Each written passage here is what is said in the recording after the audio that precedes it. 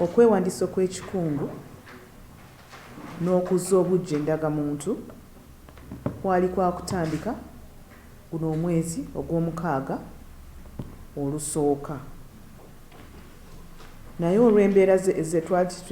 tetwetegekedde tekyasoboka. Naye byonna bikolebwa okulaba nti omwezi gw'omusanvu nga guggwa eno exercise oba kuno okwewandiisa kujja kutandika. Gavumenti ekikwasaganyizza ng'emanyi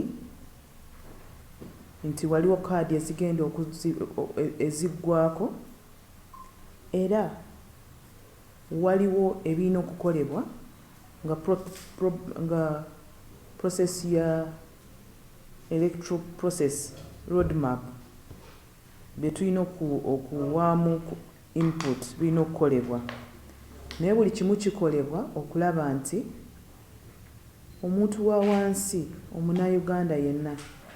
n'emirimu ye tegitaataaganyibwa olw'embeera eno. Mu 2014 okwewandiisa okw'ekikungu ng'okwo kwakolebwa mu myezi 4 era kyeva gavumenti ne Ministry ya Internal Affairs ne NIRA tukikakasa nti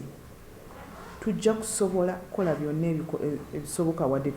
tugenda kutandika kikereemu katono